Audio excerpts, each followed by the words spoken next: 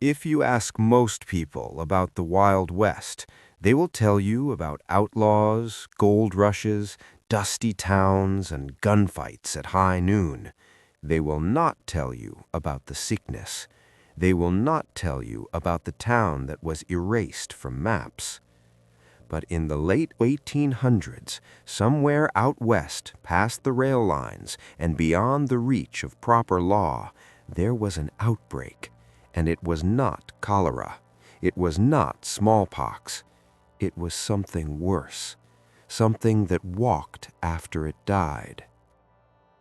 The year was 1878. The town was called Briar's Hollow. You will not find it on any modern map. It sat between dry hills and red rock cliffs, a mining settlement that sprang up overnight after silver was discovered in the earth.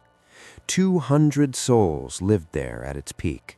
Miners, shopkeepers, a preacher, a sheriff, and a handful of families trying to build something steady in a place that did not want them. Like most frontier towns, it was rough, but it was alive. Until it wasn't.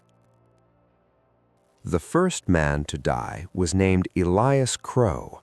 He was a prospector, lived alone in a shack a mile outside town.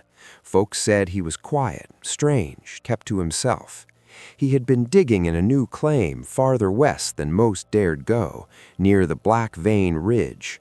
That ridge had a reputation. The native tribes avoided it, said the ground there was wrong. Elias came stumbling into town one evening just before sundown, covered in dirt, bleeding from his hands. Witnesses said his eyes looked pale, not blind, just washed out.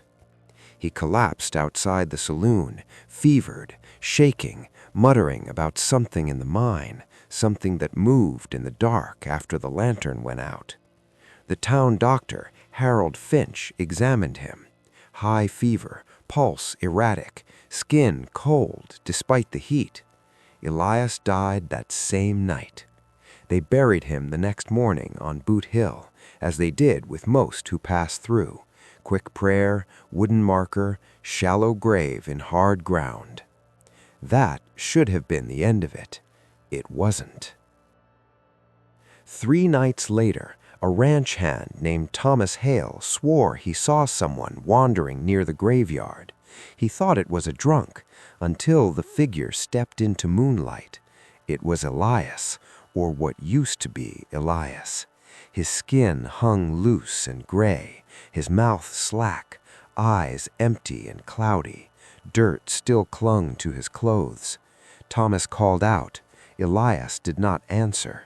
He just kept walking, slow, unsteady, toward town. Thomas followed at a distance, heart hammering. He watched Elias reach the edge of Briar's Hollow and then collapse.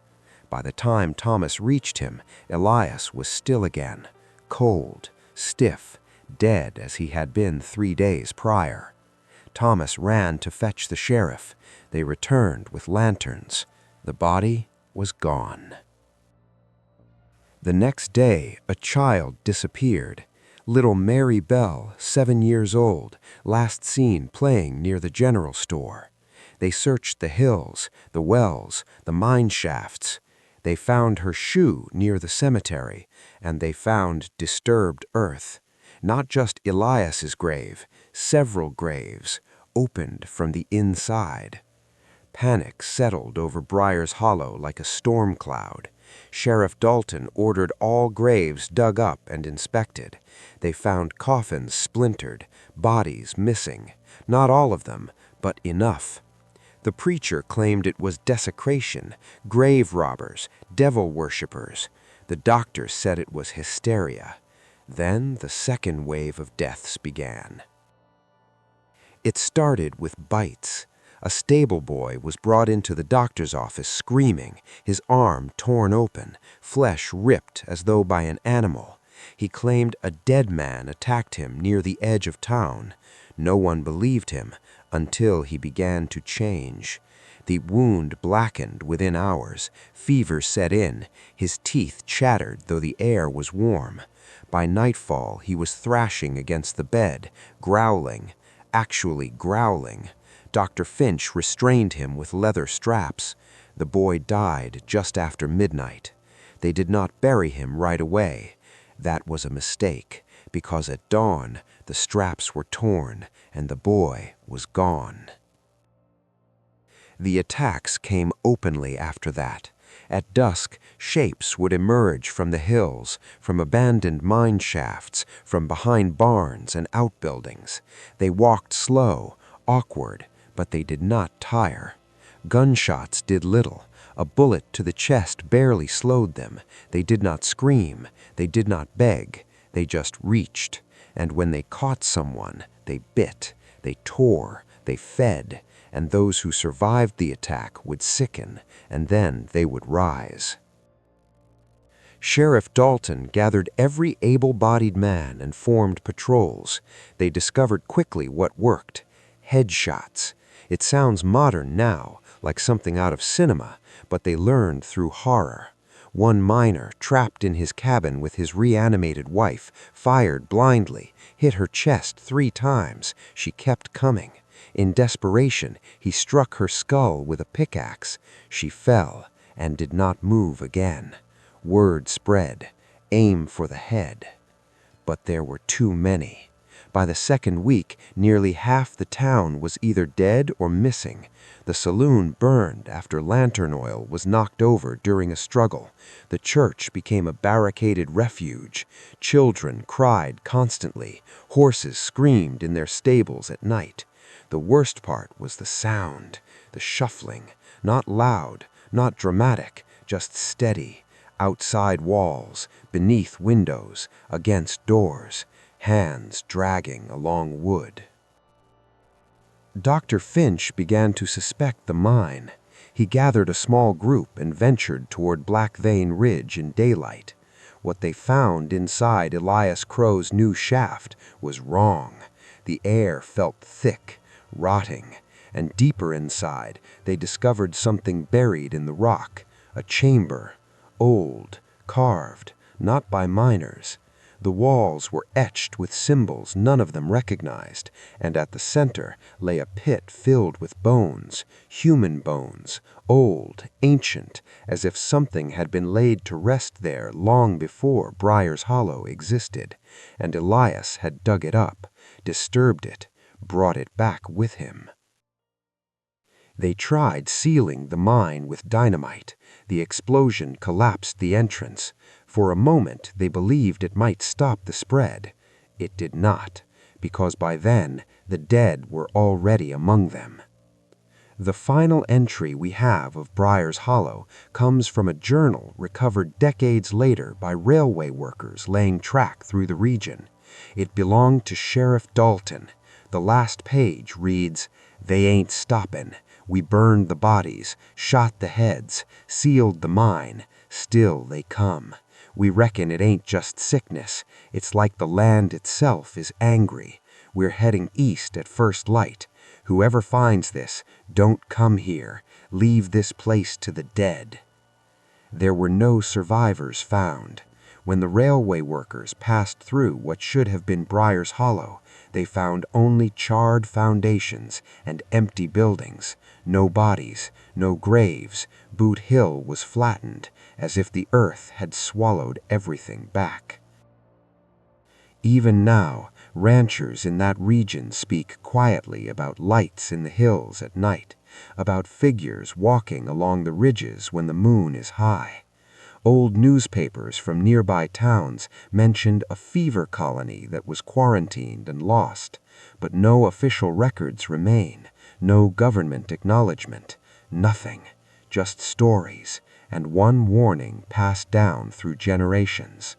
If you ever find yourself out west, far from highways, and you see a stretch of land where nothing grows, no birds sing, no cattle graze, and the ground looks disturbed, as if it has been dug up more than once, do not camp there, do not dig, and whatever you do, if you hear slow footsteps circling your tent after midnight, do not look outside, because some outbreaks never ended. They just ran out of living people to infect. A cursed town, a forgotten mine, the dead wandering until there was no one left. That would be simple. But the West was never simple, and Briar's Hollow was not the only place it happened. In 1881, 3 years after Briar's Hollow vanished, a telegram was sent from a small rail stop called Red Mesa Station. It was brief. Passengers ill, violent, request doctor and armed assistance immediately. The telegram operator sent it twice before the line went dead. When help arrived the next morning, they found the station soaked in blood. The train still idled on the tracks, steam hissing into cold morning air. Every passenger was dead, or should have been. Witness reports from the recovery crew described bodies that were incomplete, missing chunks of flesh, faces half-eaten, limbs twisted at unnatural angles. And yet several of those bodies were not where they had fallen when the crew first entered. They had moved. One brakeman swore he shot a woman in a torn blue dress after she lunged at him. He shot her twice in the chest. She kept coming. He emptied his revolver into her skull. She dropped. The crew burned the train where it stood. Officially, the incident was blamed on bandit activity and disease. Unofficially, a single word began appearing in private letters between lawmen and railroad men: Hollow. You see, before Briar's Hollow disappeared, Sheriff Dalton had sent letters, warnings. Most never reached their destinations, but one did. It reached a U.S. Marshal stationed 2 territories over, Marshal Everett Boone. Boone was not a superstitious man. He had fought in the Civil War. He had seen fields of bodies. He did not scare easy. But Dalton's letter unsettled him. It did not read like madness. It read like a man describing a siege. Boone rode west with 4 deputies. They arrived at Briar's Hollow 2 days after the journal's final entry. The town was silent, empty. No horses, no livestock, no bodies in the streets. Just doors hanging open and dried blood on wood. Boone's men searched every building, nothing living. But in the jailhouse they found something carved on the wall, over and over again. We should not have dug. They camped there that night. That was Boone's second mistake. The first was coming at all. Around midnight, the horses began screaming. Deputy Collins rushed outside. The others followed. They saw shapes at the edge of the lantern light, dozens of them, standing just beyond view, not rushing, just watching. Boone ordered warning shots fired. The shapes did not retreat. They stepped forward, faces gray and slack, clothes rotted and caked in dirt. Some wore miner's gear, some wore dresses. One still had a sheriff's badge pinned crookedly to his chest. Dalton, or what used to be him. The fight was short. Gunfire echoed through the empty streets. Deputy Collins was dragged down first, then Ramirez. Boone saw teeth sink into flesh, saw men he had ridden with for years turn within minutes. He realized something then. This was not spreading outward randomly. It was contained, like the land itself held it in. The dead did not chase him when he fled. They did not pursue beyond the edge of town. They simply watched him ride away, as if they knew he would carry the story, and no one would believe it. Boone filed an official report. It was rejected, classified as trauma-induced delusion. His superiors suggested he take leave. He resigned instead. And then he began digging into records. old records, Spanish mission logs, native oral histories. He found references to a valley where the earth would not keep its dead, a place sealed long before settlers arrived, a burial ground not meant to be disturbed. Black Vein Ridge.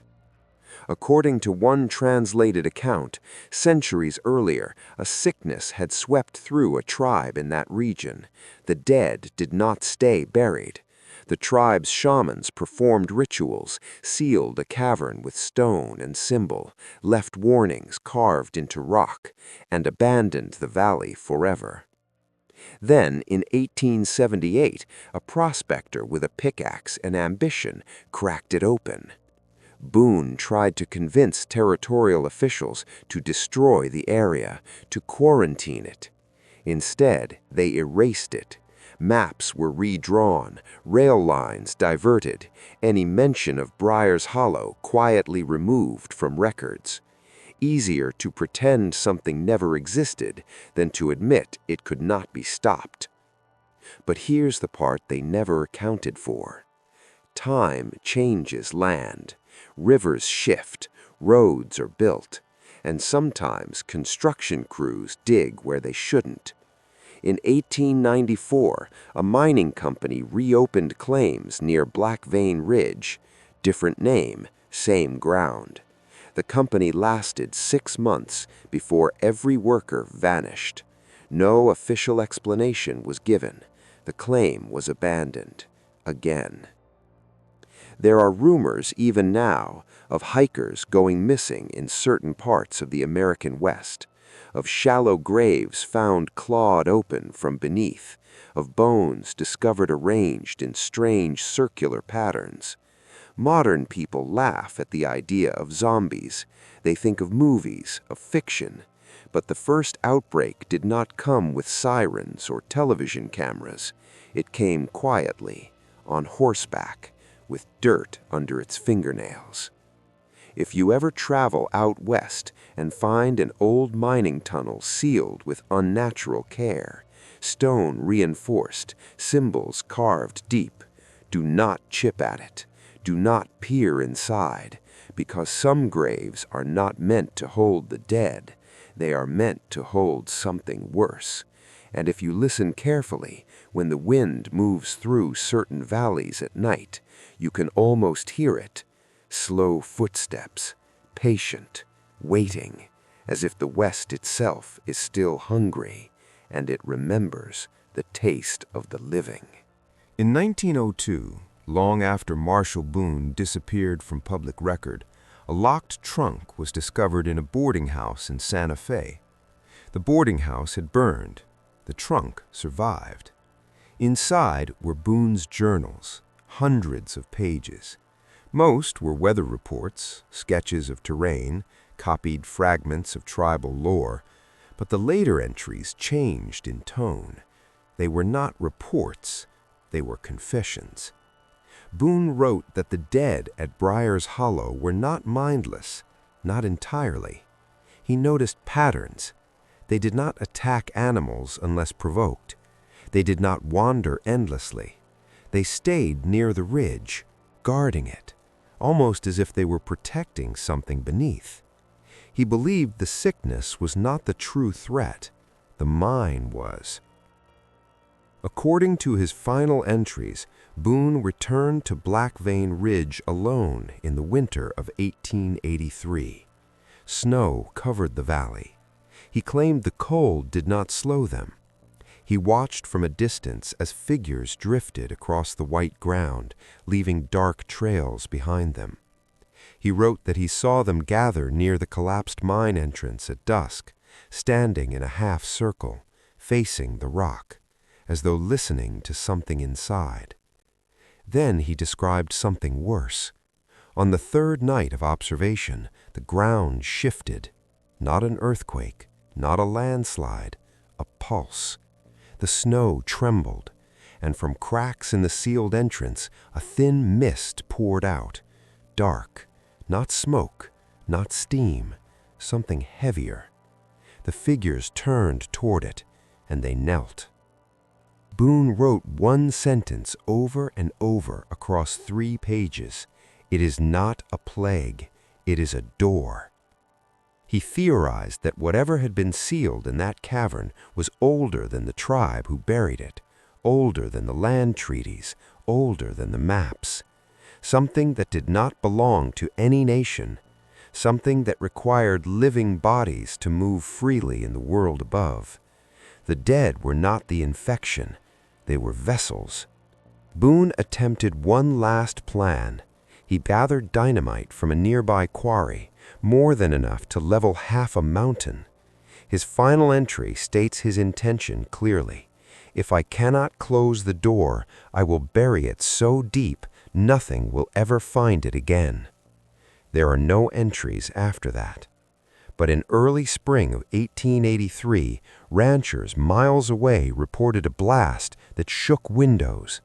Black Vein Ridge partially collapsed. The valley changed shape. The walking figures were not seen for years after. Years, not forever.